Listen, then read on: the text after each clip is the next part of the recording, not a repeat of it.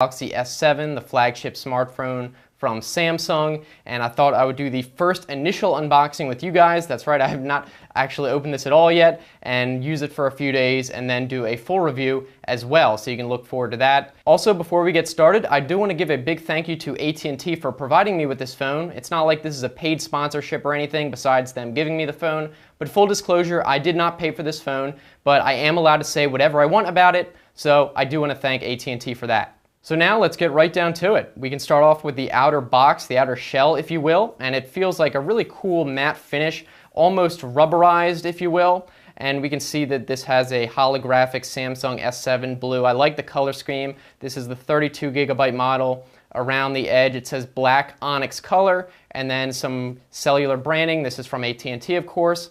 And then on the back it gives you a little bit of information about some of the specs. On this side it just has some serial numbers and stuff, but you don't need to see that. And I think that covers the outer box. So now we can open it up and get closer to the good stuff. So now we have this folding open mechanism here that is pretty classic. I like it. And it folds open almost like a book. And then we now have the phone itself right at the top, the best part. And it says, "It can wait." What does this say? "Eyes on the road, not on the phone." What do they expect me to unbox it in the car? Anyway, all right. Well, they want us to wait, so we can save the best for last. And we can open this up. You don't need to see that number, but this is a SIM card. Pretty neat. And now, let's see what we have in here. Manuals. We don't need manuals. I never read the manuals. But we now have the charger, of course. Adaptive fast charging. I believe that's Samsung's branding of quick charge. I think it's a little bit different, but it is their fast charging mode. And then this looks like some sort of adapter. It goes to micro SD or micro USB from regular USB. So I don't really know what that's all about. Possibly so you can plug in another type of device into this.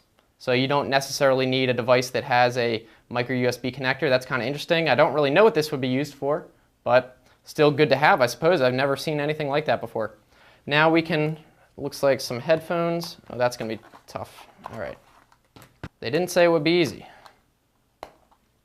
And we got some white earbuds and some replacement earbuds, Samsung branded. It looks like they have a little controls on here, probably mute and volume up and down. I don't know if you can see that. So a little bit of controls on there. And then let me show you this little thing here closer up. You can see it's like an adapter. On this side we have USB. This side is micro USB. So pretty interesting.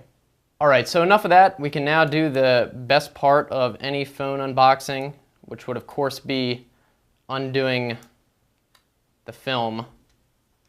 And it looks like on the back we have this camera. Not too big of a camera hump. I like that. I don't know if you can see. We've also got some sensors in here, flash. Not really sure what those are yet. I'll do that in the full review. I'll find all that out and do some tests. And on the front, we can take off this side. Best part. And let's see if it turns on. This is a 3,000 milliamp hour battery on the S7. I believe it's Marshmallow, Android 6.0. On the top, we have what would be, can't really pop it out right now, I don't have the tool, but at the top we have a micro SD expansion as well as the SIM. So you can expand storage up to as big a SD card you got. We got volume on the left side, it looks like.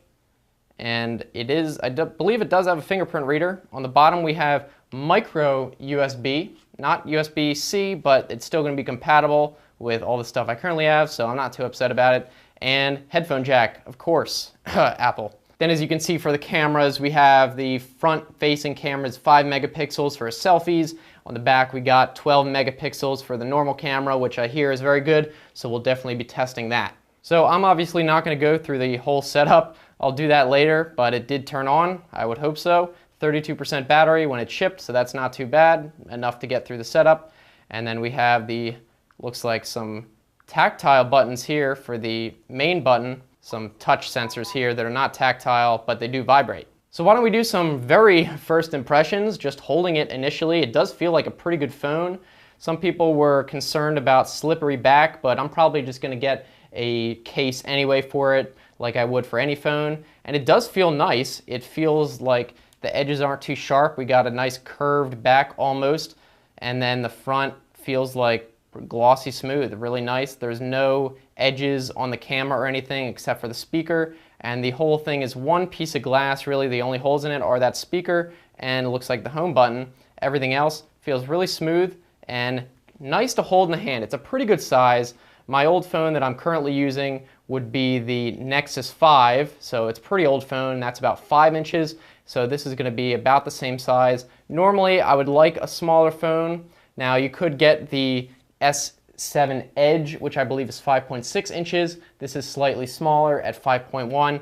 I'm right at home with this, so I'm pretty happy with this size. The volume buttons are also at a pretty good spot, and I do like how they kind of put the power button down lower, so it fits right where your thumb is. A lot of times for other phones, they put it near the top. You kind of have to reach up just to get it. I do like the design though. It's really sleek. I've already got fingerprints on it though. We can deal with that later. And it's got that onyx black color, and we got the almost steel colored edge bezel around. So that looks nice as well, and it's a nice accent to the black colored phone. So I guess that's really all I have to say about it. Just wanted to do a quick unboxing before I did the full review.